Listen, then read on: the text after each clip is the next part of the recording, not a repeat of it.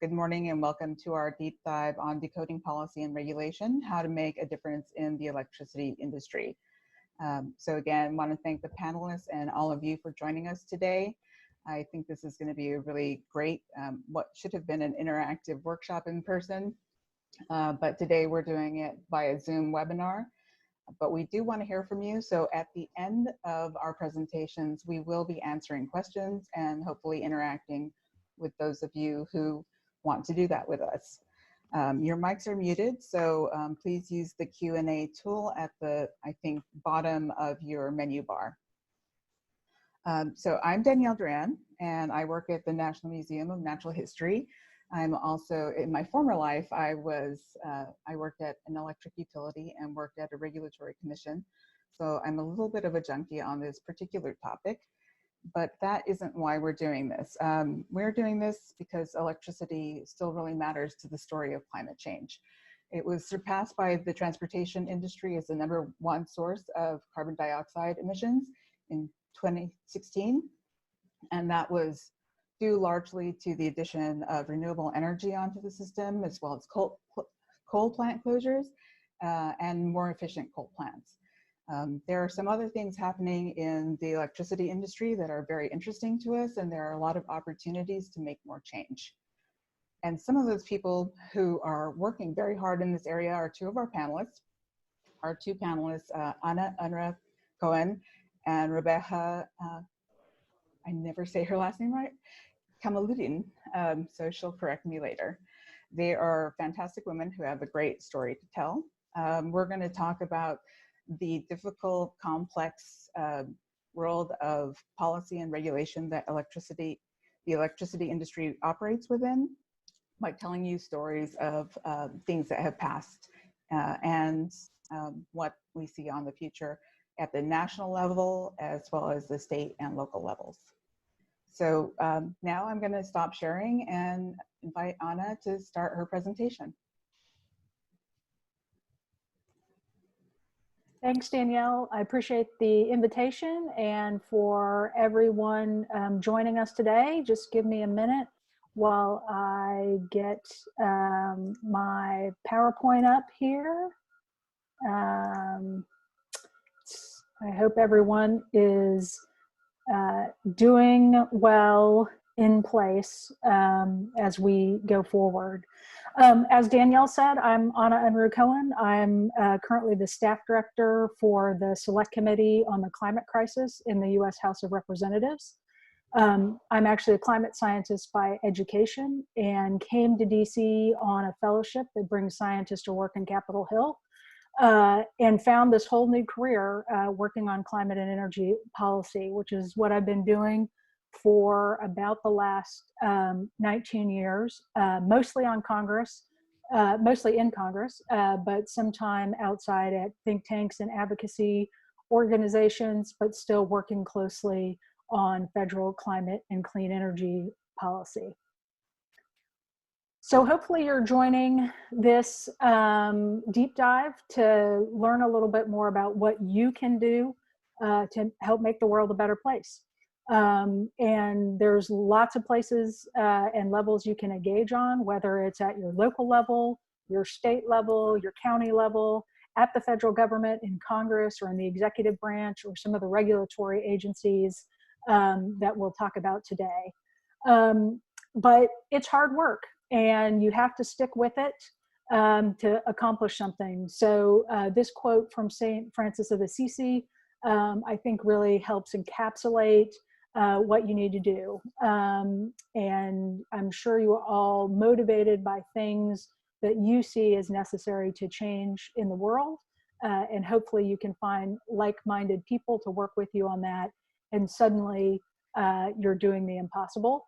It doesn't hurt to have a little bit of prayer thrown in there too, for those of you who are spiritual people. And this week, Earth Week, is a great time to think about all of that. Yesterday, hopefully you were able to celebrate the 50th anniversary of Earth Day. The first one was back in 1970. But it wasn't just like a switch got flipped and suddenly we had a massive mobilization of people demanding clean air and clean water. There was a buildup to it. And so again, doing what's necessary to move to what then seems like accomplishing the impossible. So just a little bit of history. You all probably know Rachel Carson's Silent Spring, which really captured the public's imagination and helped mobilize them to advocate for clean air and clean water and protecting wildlife. And in fact, the very first Clean Air Act was signed into law back in 1963. So it's even older than 50 years.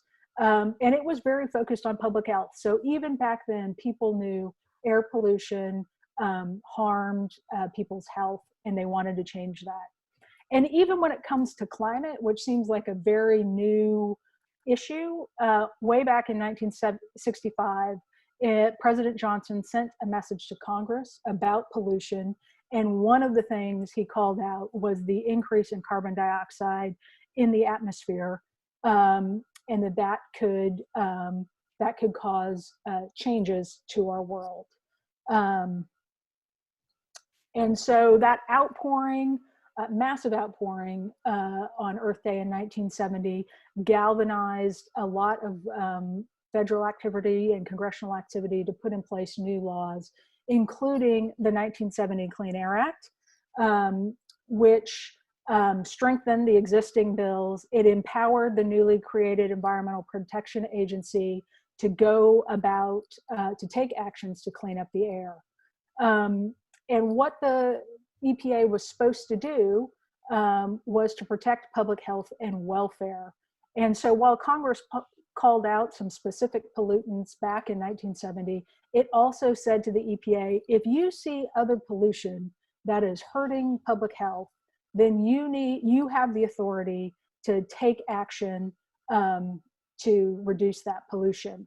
And even back in 1970, when you're talking about what are the things that impact public health and welfare, climate was already there in the law back in 1970. So I just highlight that little mention of climate from the 1970s definition. But like anything, you have to keep working at it, keep improving it. And so there were additional amendments to the Clean Air Act over the years, including a big one in 1990, which added in a cap and trade program for sulfur dioxide to reduce acid rain, which was coming out of the sulfur dioxide was coming from burning coal. To myself just for like a half hour. So so that all happened in 1990. But even with all of that effort, as you can see by the chart, carbon dioxide was still going up in the atmosphere, and we still see the increasing temperature that comes with just the basic physics and chemistry of adding carbon dioxide to the atmosphere. So the issue of climate change, global warming, the earth heating up has become is more and more an issue going forward.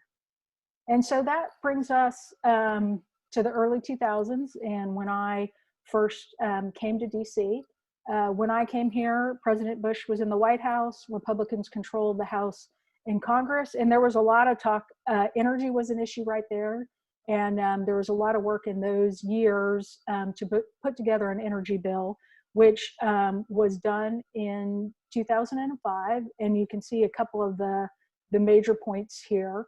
There were attempts to do some things like raise fuel economy, some other actions that would have been help reduce carbon pollution, and those were rejected at that time. But the issue of energy and climate change did not go away. And so in 2007, President Bush is still in the White House, but Democrats now control Congress, and a new energy bill was passed, which increased fuel economy in automobiles for the first time in 30 years. And also set up a renewables fuel standard that had carbon dioxide as one of the metrics to approve fuel. So a first initial step incorporating climate. In the House, we passed a national renewable electricity standard through that process, but the Senate couldn't couldn't get it done. So ultimately it was not in the final bill that was signed into law, which the two pictures at top is the bill signing ceremony. I was lucky enough to be there. And there's President Bush and then Speaker Pelosi and Majority Leader Reid. So the three people who came together to get that bill into law. So, but energy and climate, that was still there. The 2007 energy bill did not solve all of those issues. We also unfortunately had the financial crash of 2008, which put us in a similar position to where we are today, unfortunately, with needing economic stimulus and recovery. So in 2009, in the Recovery Act, there was a huge investment in clean energy, and this was especially important for wind and solar, and really helped set the stage for some of the dramatic changes that we've seen in the electricity sector over the last decade. But the House also wanted to tackle the issue of climate change. And so we worked to pass, the House passed the American Clean Energy and Security Act. It's sometimes known as Waxman-Markey, and you can see Waxman and Markey. Markey was my boss at the time, down in the corner of this slide. And the bill had a cap and trade to reduce carbon dioxide and other greenhouse gases, but it also had things like a national renewable electricity standard and energy efficiency and building standards. So it was comprehensive and dealt with, tried to deal with a whole range of climate issues. But as you probably know, the Senate wasn't able to pass a bill, so we never got that comprehensive climate piece of legislation to President Obama's desk. So while all of this action was happening on Capitol Hill, there were also other things that were important, which ultimately led to the Obama administration putting together the Clean Power Plan. Back in 2007, the Supreme Court ruled in Massachusetts versus EPA that the EPA could regulate carbon dioxide and other carbon pollutants as an air pollutant under their existing authority under the Clean Air Act. So going back to that definition in 1970 that said things that change the climate could be pollutants. And so what the EPA had to do in order to use that authority was to actually do a science-based process to see if indeed carbon pollution threatened public health and welfare. And so the EPA in 2009 finished that under the direction of Administrator Lisa Jackson. And so the stage was set for EPA to be able to regulate carbon pollution. And the Obama administration was saying they would do that if Congress failed to legislate. So Congress did fail to legislate, but in the Senate, they also tried to overturn this endangerment finding, which also failed. So with that, all of that done, the EPA is now empowered to deal with the carbon pollution, and what the Obama administration put together to deal with that in the electric utility sector was the Clean Power Plan. So it was proposed in 2014 and finalized in 2015. I was lucky enough to be at the White House when President Obama finalized or signed it into effect. But still it was controversial. And so Congress again voted to, this time they succeeded in voting to overturn the EPA's action, but President Obama vetoed it and there weren't enough votes in Congress to overturn it. So then there are also many court challenges, which ultimately led to this really unprecedented ruling by the Supreme Court that the EPA should stop implementing the Clean Power Plan while the lawsuits work their way through the courts. Well, as it turns out, once President Trump was elected, his EPA decided to repeal the Clean Power Plan and instead finalize the Affordable Clean Energy Rule in 2019. which, because of the Supreme Court ruling and the endangerment finding, they still are obligated to regulate carbon pollution. So they had to propose a new rule, which they did in 2019. And now there's a whole new set of lawsuits going on to see if that will be finalized. So that's kind of where we are on the rules, and you'll hear more about what electric utilities have actually been doing in all of that time, which is actually good news and a reason to be optimistic at the Earth Optimism Summit.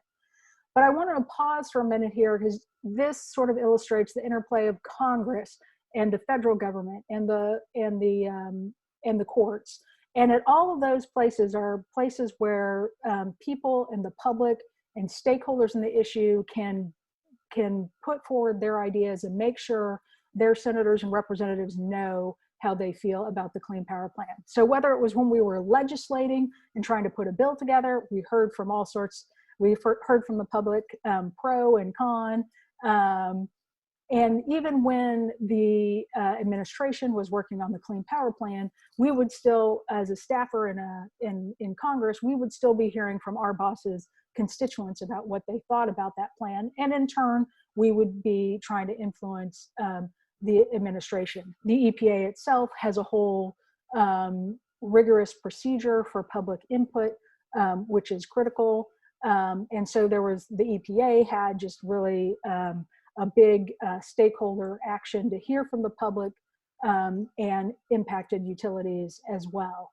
And even when it comes to the courts, it's a little bit harder, but on the lawsuits, interested parties can still come together to file a brief to the court and say, hey, this is what we think about the proposal or the issues in the lawsuit. So there are lots of ways for the public to get involved as the federal government works on energy and climate policy. But what does that mean for the future? So Congress wasn't able to pass legislation. The courts have the current EPA rule that they're looking at. And so while all that's happening here in Washington, D.C., out in the states and the cities, there's a big movement and push going forward for 100% clean energy standards. So at the moment, there's 163 cities that have adopted 100% clean standard. There's 13 counties, and there's 8 states, and then DC and Puerto Rico have all put something similar in place. And then we have elected officials. In the 2018 election, there were over 1,400 candidates who took a Clean Energy for All pledge, including 56 of the new members of the House who came to DC in 2019. So you have a growing body of elected officials who want to see us move to 100% clean future. And even on the business side. So, you know, it's to really make change in this country, you really need to knit together the public pressure, elected official action, and then businesses being able to take those steps. So we already now have from some of the major utility companies across the country commitments for their operations to go to 100% clean. So there's all of this pressure building at the state level, in the business community, newly elected officials. And so that's translating to new legislation that we're seeing on Capitol Hill, including bills introduced by Senator Smith from Minnesota and Representative Lujan from New Mexico to set up a national clean energy standard.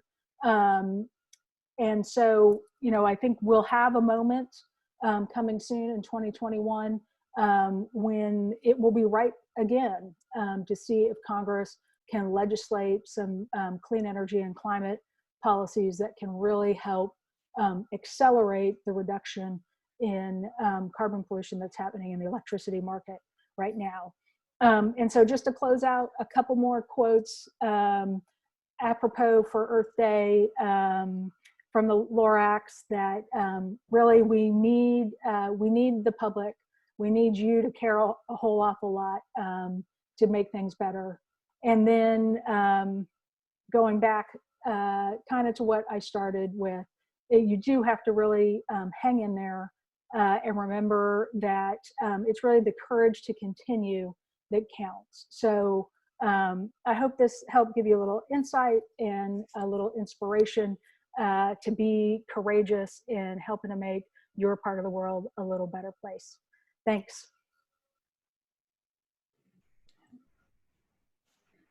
Oh, thank you, Anna. That was incredibly inspiring.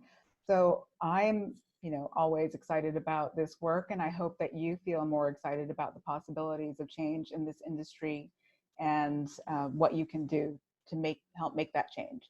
Now we're going to have Rebecca join us, and she's going to talk about a little bit about the Clean Power Plan, FERC, and the electric markets. And she'll explain what FERC is in her talk. Rebecca, are you with us? My name is Rebecca Kamaluddin, and I am very excited to be here with you all for the Earth Optimism deep dive. I am a shareholder at Greenberg Traurig here in Washington, D.C. I represent energy clients before the Federal Energy Regulatory Commission. I am really excited about talking to you all about the Clean Power Plan's impacts on the electricity sector. To get things started, first I just want to give you an understanding of what the Clean Power Plan did, the foundation it laid for the electricity sector to follow. Without going into a whole lot of detail about that, the Clean Power Plan involved basically setting state emissions goals using what was somewhat of a complicated formula.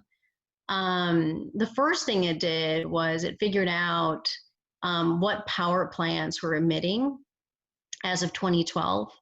And it did that by taking stock of the nation's fossil fuel power plants, figuring out what power plants were emitting as of 2012. Then it estimated how much power plants could reasonably cut.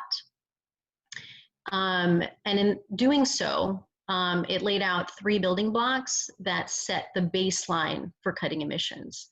The first building block being that coal plants should be operated more efficiently, so increasing the generation efficiency of existing coal plants or fossil fuel plants, run gas plants more often, or basically coal less, ramp up renewable power. Basically that meant substituting generation from new zero carbon dioxide emitting renewable resources for fossil fuel power generation. The idea there was that if states built more wind, more solar, more geothermal, hydropower, or biomass facilities, they could reduce the overall carbon intensity of their power plant fleet. The EPA didn't assume that each region would install the maximum amount of clean energy that it could possibly install. What it did was it aimed for a target that would be deemed reasonable for the state from a cost-wise perspective.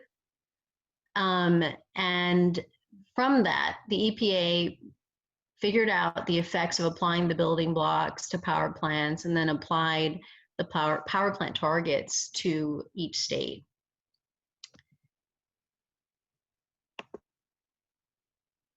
So the key thing about the power plan was that it allowed, first of all, it allowed states to coordinate with one another in developing their plans. They had to submit state plans. They could also develop multi-state plans. And with those plans, they were allowed flexibility in meeting their targets using those building blocks that we just covered. They were free to reduce their emissions by various means. They're allowed to pick their preferred route in cutting the emissions, their emissions their carbon dioxide emissions and meeting their targets. But if they refused to comply, the EPA basically said that they would step in and they would put in a federal program like a cap and trade. So that impacted the electricity sector with respect to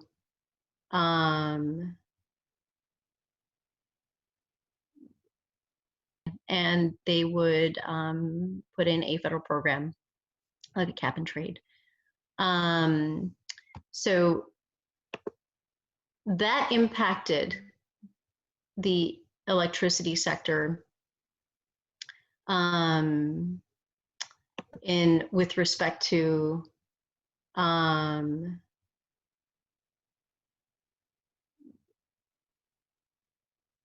the landscape, the regulatory landscape in some significant ways. But first we'll talk about how the electricity industry responded.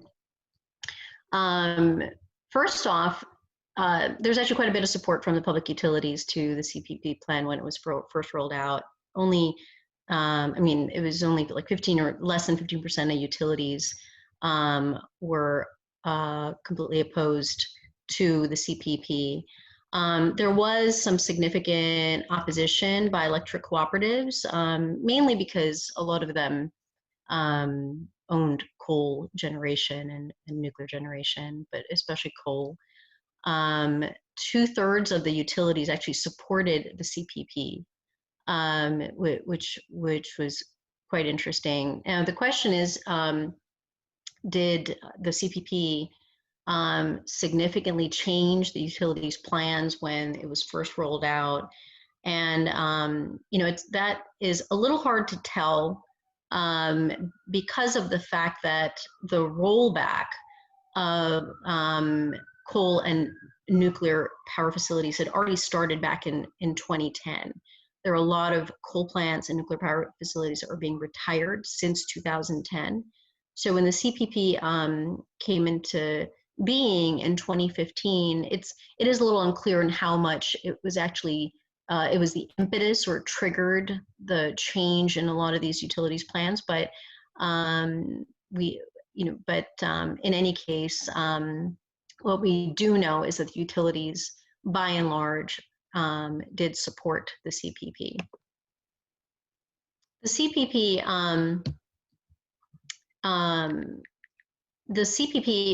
did have some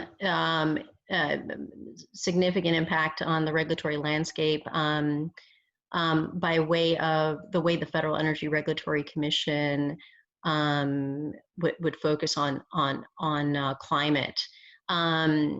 First of all, the Federal Energy Regulatory Commission, it's not an environmental regulator and it was not in charge of implementing the CPP, but it was the vehicle by which the CPP would play out and be implemented. And the reason why it would be the vehicle is because it has the authority over wholesale sales of electricity and transmission of electricity. It has oversight authority over the reliability standards of our power system, and it's got a strong goal. It's got its ultimate goal. One of its ultimate goals is to promote a strong energy infrastructure, including good transmission facilities. So it had a role to play in the implementation of the CPP.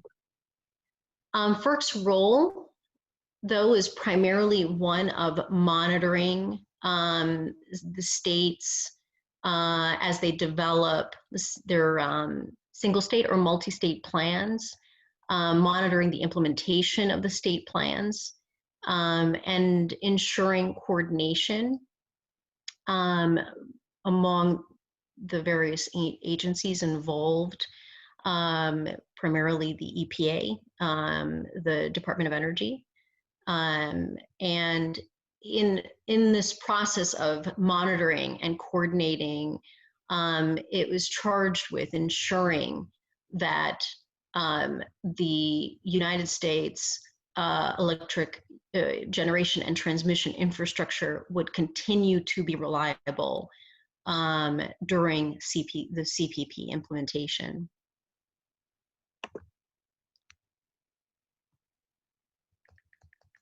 Some of the ways that FERC would ensure the continued reliability of generation transmission during the implementation process was by looking to build out new natural gas infrastructure and expanding and strengthening our transmission infrastructure. So it was definitely impacted by building block 2 and building block 3. Now it didn't give FERC any new authority to do so, and it did not order FERC to increase or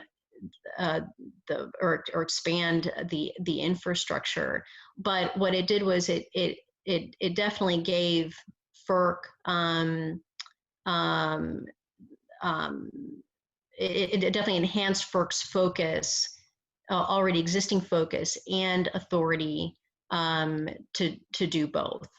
So in any case, so there's no new authority given to FERC by way of these building blocks, but it absolutely did enhance its existing authority and incentive to focus on expanding the gas infrastructure and ramping up renewable power by way of focusing on expanding and strengthening the transmission infrastructure in the country.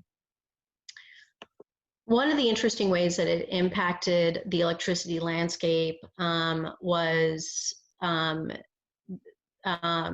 way of making the regulator figure out ways to adapt the CPP to the energy markets. The CPP laid the groundwork for a great deal of work for FERC to adapt those markets. By way of background, the United States is organized by way of certain energy and capacity markets known as regional transmission organizations and independent system operators. Regional transmission organizations, or RTOs, they coordinate, monitor, and control the multi-state electric grid, as well ISOs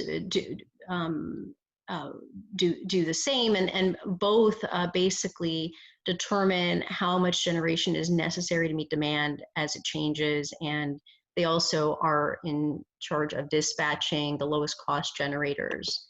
So the CPP matters a lot with respect to these energy markets. They had a great deal of work to do to adapt these electricity markets where generation is being dispatched and monitored. Great deal of work to adapt those markets to the CPP.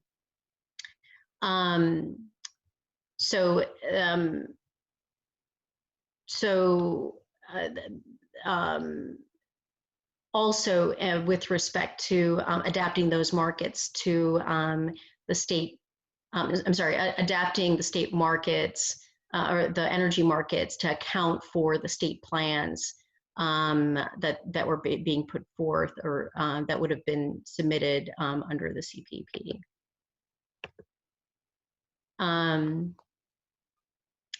So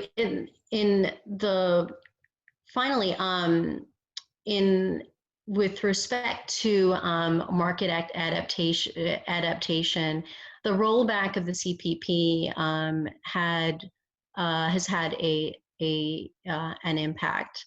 The rollback of the CPP has basically left the states and regional markets to fill in the gap that is there now with respect to how the regulator will, or FERC will address the climate change and climate change issues, or climate issues, carbon emissions issues with respect to infrastructure.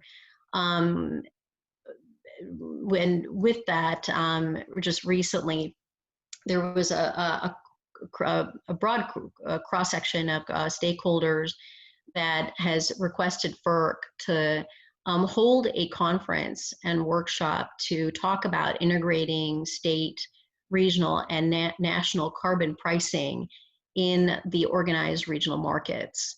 They basically asking FERC to consider carbon tax and other carbon pricing issues with respect to how market participants and companies would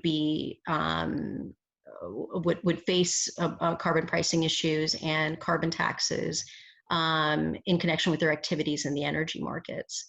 So despite the rollback, there's still some activity going on at FERC with market participants focusing on these issues and wanting those issues in front of the regulator while they consider project development and managing the electricity markets.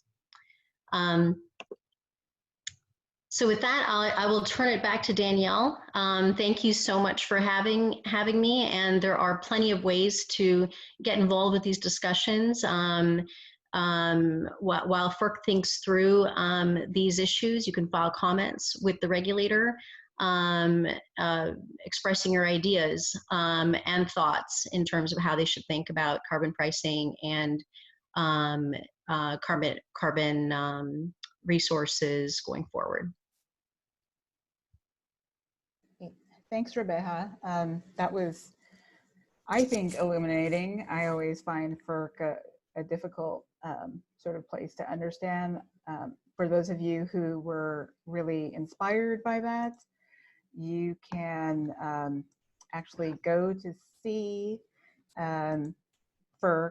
It's very close by Union Station.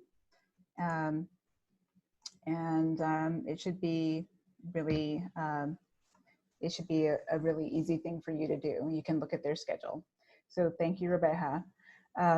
We're going to turn now to sort of a local case so that we can talk about state and local issues and sort of how those changes at that level can drive conversations nationally. And we'll ask Anna and Rebecca to comment on that. So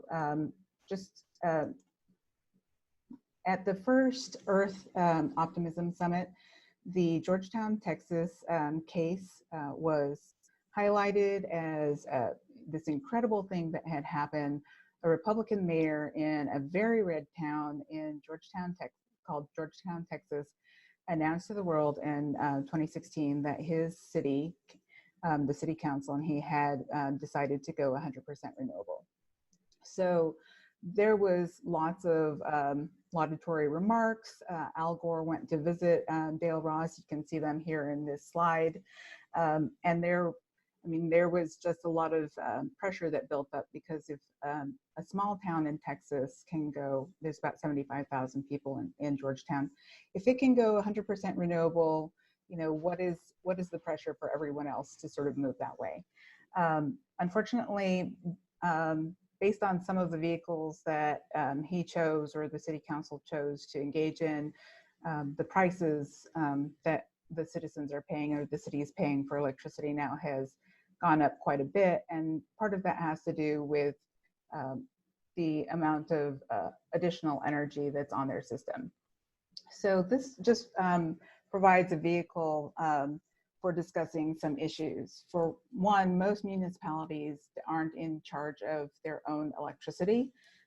If you are living in a city that has control of its own electricity for its citizens, then you're usually aware of it, because you either get a bill from the city, or you know which entity, for instance, Austin Energy, actually provides your electricity to you. Most cities get their electricity from either a rural cooperative, or they get it from an investor-owned utility, the largest kind of utilities, and they're regulated by a state regulatory commission. And there are obviously 50 of those across the nation. And then there are other ways that their activities are regulated, depending on transmission line requirements and distribution lines. So these are, Georgetown, Texas is not the average case of a city that's able to buy for its citizens 100% renewable. And also going forward, I mean, to his credit, Mayor Ross couldn't have known that the marketplace would change so significantly in such a small amount of time. So how do you build policy or regulatory vehicles or even legal and financial instruments that will really, that will weather the test of time?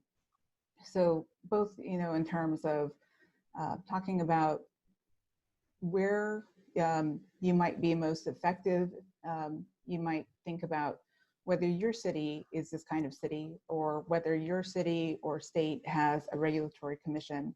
And also, I really like Anna and Rebecca to chime in on sort of the implications of this case, as well as policy instruments and regulatory instruments in the future. Thanks, Danielle. I could just add a quick something building on what I said earlier.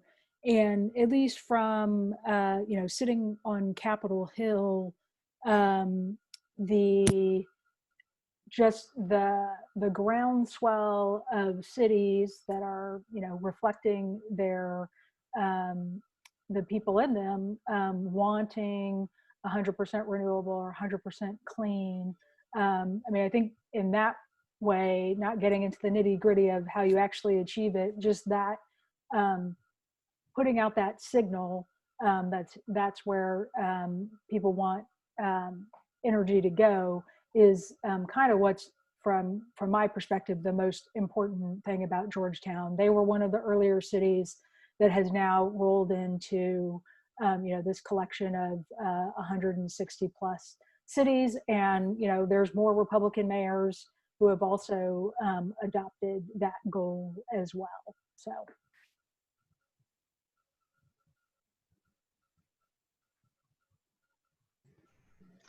thanks, Anna. And I would agree with all of that. And the Georgetown, Texas case is a very interesting case, and one for everybody to really look at around the country and think about in terms of application to their own cities. In working with various companies around the country, one thing I have learned is that the geography has made a big difference with respect to whether or not cities and companies are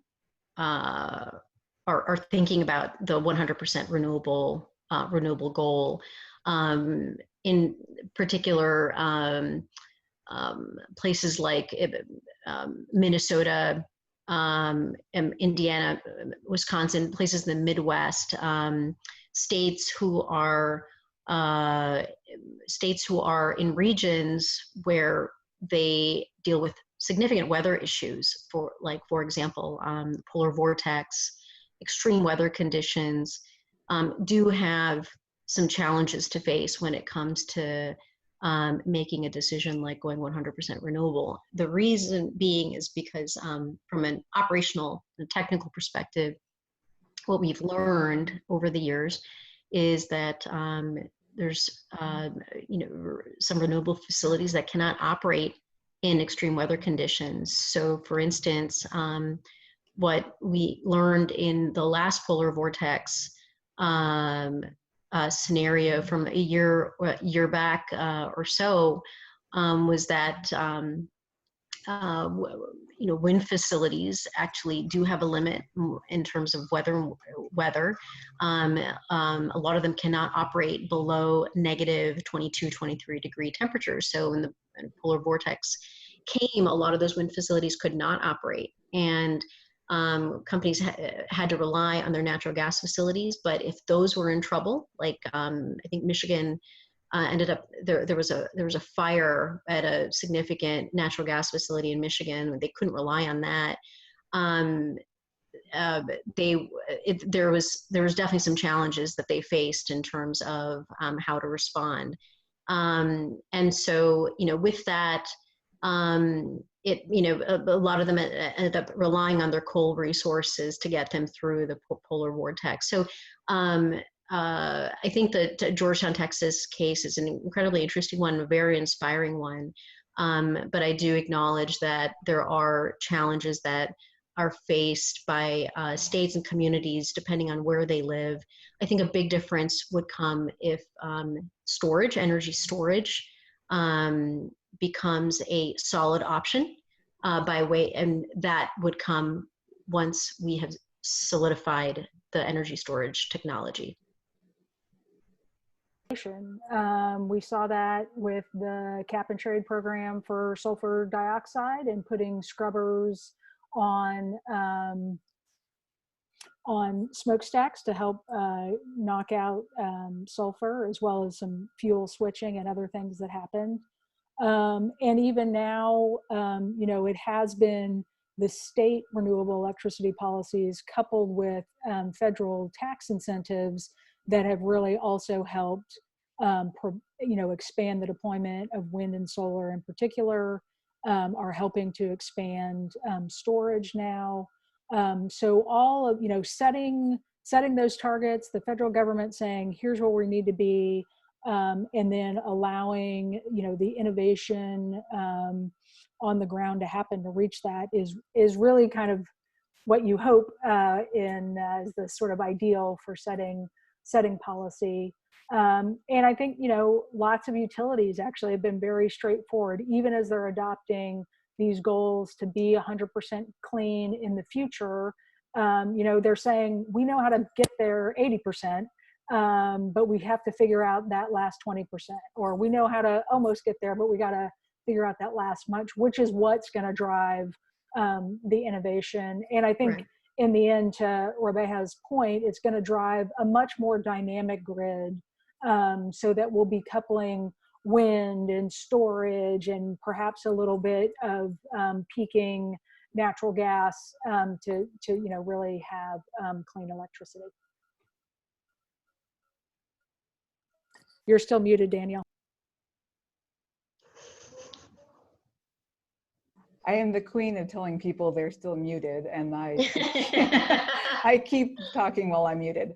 I have a question from Jesse, who says, what do you think the renewable energy situation will look like 10 years from now in the United States?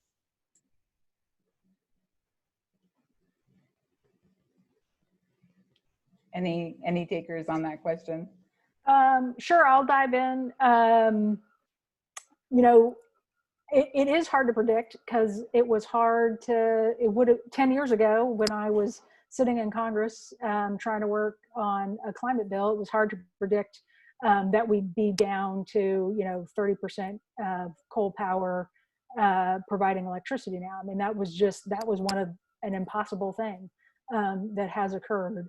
So, just building on my last point, I think there's some really exciting storage developments that are happening. And I think people are putting a lot of emphasis on both new technology with batteries, but just also, old traditional stuff like pumped hydro for storage. So I think we're going to see a big development in storage over the next decade, which is really going to unleash additional renewables. We'll have a very dynamic grid. I think we'll probably see some build out of the grid so that we can share resources across the broader United States. And then I think the big thing that I'm pretty much ready to bet a big sum of money on would be the development of offshore wind.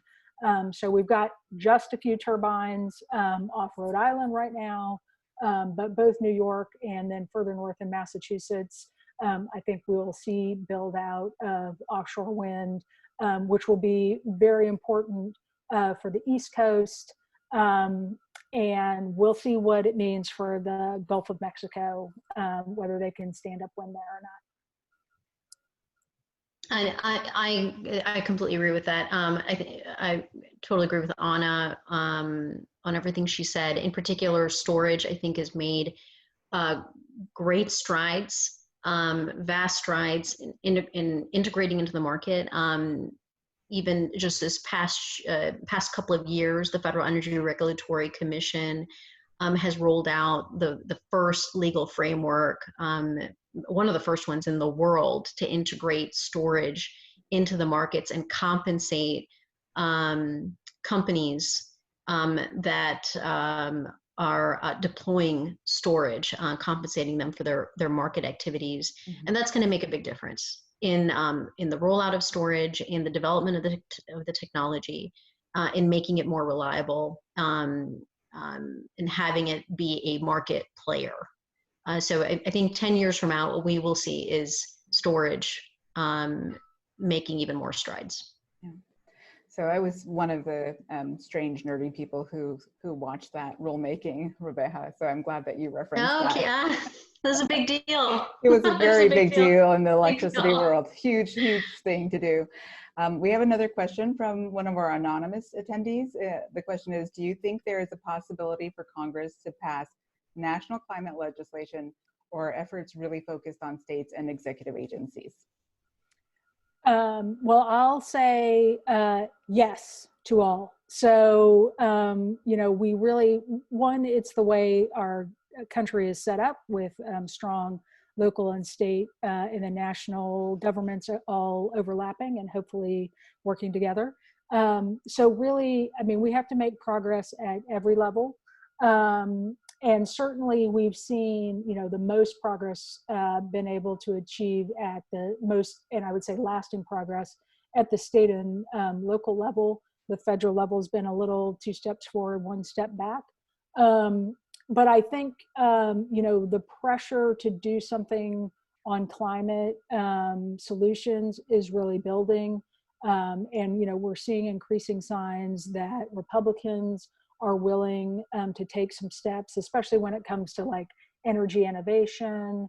I think, you know, there's some other technology focused solutions that I'm seeing, you know, signs that they're willing to engage in. And then when it comes to preparing for the impacts of climate change, the adaptation, the resilience that we need to do to make our country safer, I think there's bipartisan interest there. So that all gives me hope that we'll be able to put together some national level climate solutions in the near future. Obviously, we're looking at another, you know, continuing to recovery package and stimulate the economy. And I think there'll be some opportunities for clean energy and energy efficiency and environmental remediation and climate preparation as we put a bigger package together to help get Americans back to work. We have another question, and I'm not sure if any of us can actually answer this because it's really a technology question. It seems that a hydrogen economy is rearing to go, especially in areas where hydroelectric water storage and dams are not feasible. Any thoughts about modular hydrogen fuel cells beyond our automobiles? I'd be happy to take that one real quick. Hydrogen is back on the table, and I would say, but not when it comes to transportation largely. I think we'll see just electrification, pretty much straight up electrification there, and then alternative liquid fuels being developed, alternative low carbon liquid fuels. But where it's critical in the work we've been doing on the select committee is in the industrial sector. And so in order to reduce emissions in our industrial sector, we really are going to need some new technology. Hydrogen's going to be an important part of that, most likely, probably some carbon capture and sequestration. Hydrogen also, you know, potentially as a storage medium as well may work. So I think there are actually a lot of interesting developments in hydrogen. And the least interesting ones are actually when it comes to transportation. The more interesting ones are on the industrial and electricity side of things.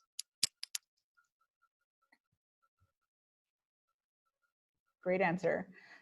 We have another question from Ankita.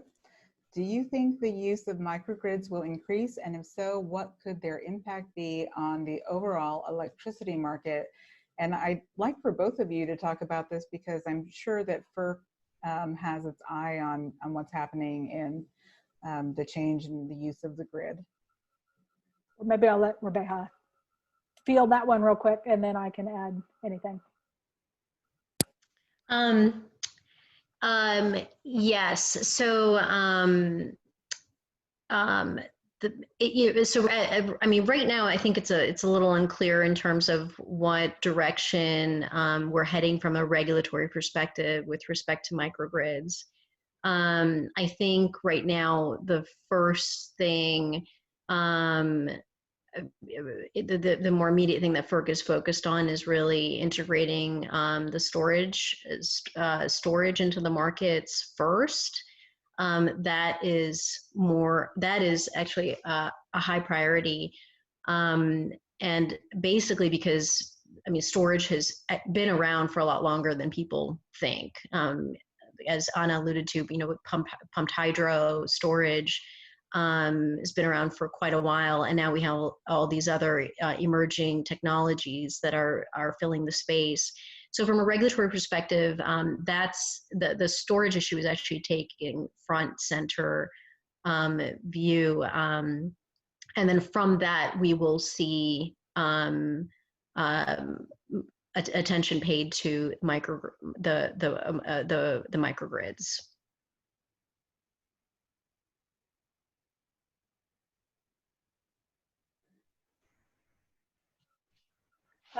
Yeah, I agree with what Rebecca said there. I think microgrids, at least in what I've been working on, actually really come in a resilience perspective in helping to make the grids in communities or institutions more resilient. So I think definitely as as the country is moving forward to prepare for things like storms, wildfires, just keeping like healthcare, critical facilities running, the idea, I think that's kind of the value added for microgrids right now. And we'll see more of that development there as people are working towards making sure they can keep the lights on in challenging circumstances.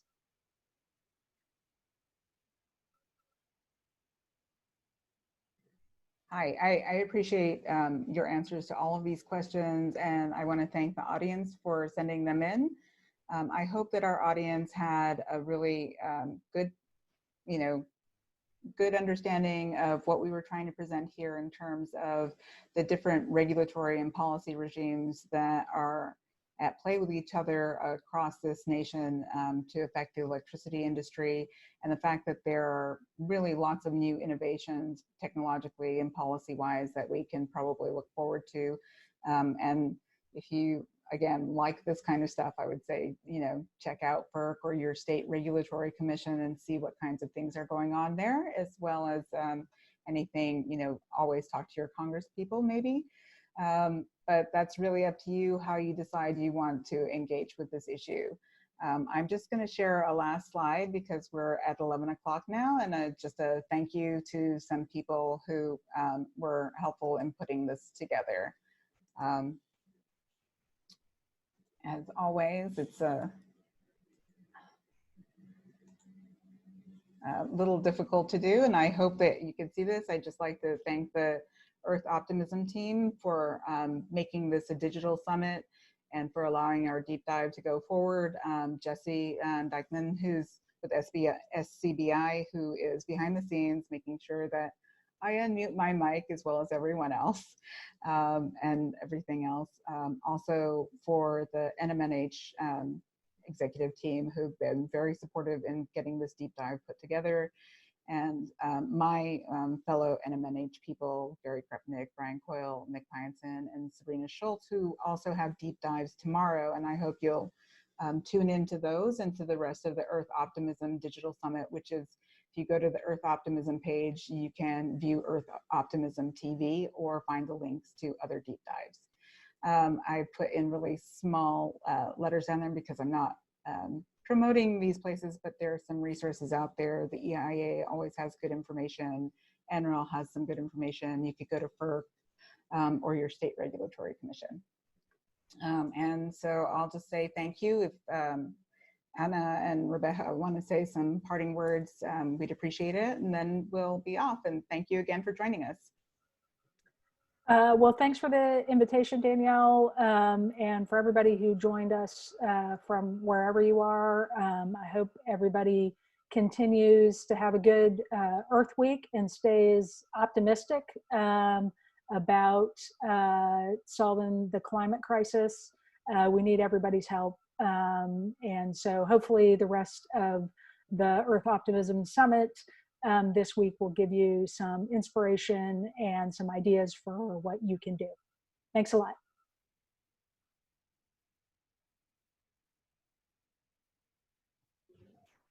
Thank you, everybody, for watching this deep dive. Thank you, Anna and Danielle, for coordinating with me. All I have to say is stay engaged, stay involved, and stay knowledgeable of all these issues because they're important. They're important. They were important yesterday. They're important today. They're going to be important for the rest of time. So there's a lot going on out there, and we hope that you stay engaged and get involved.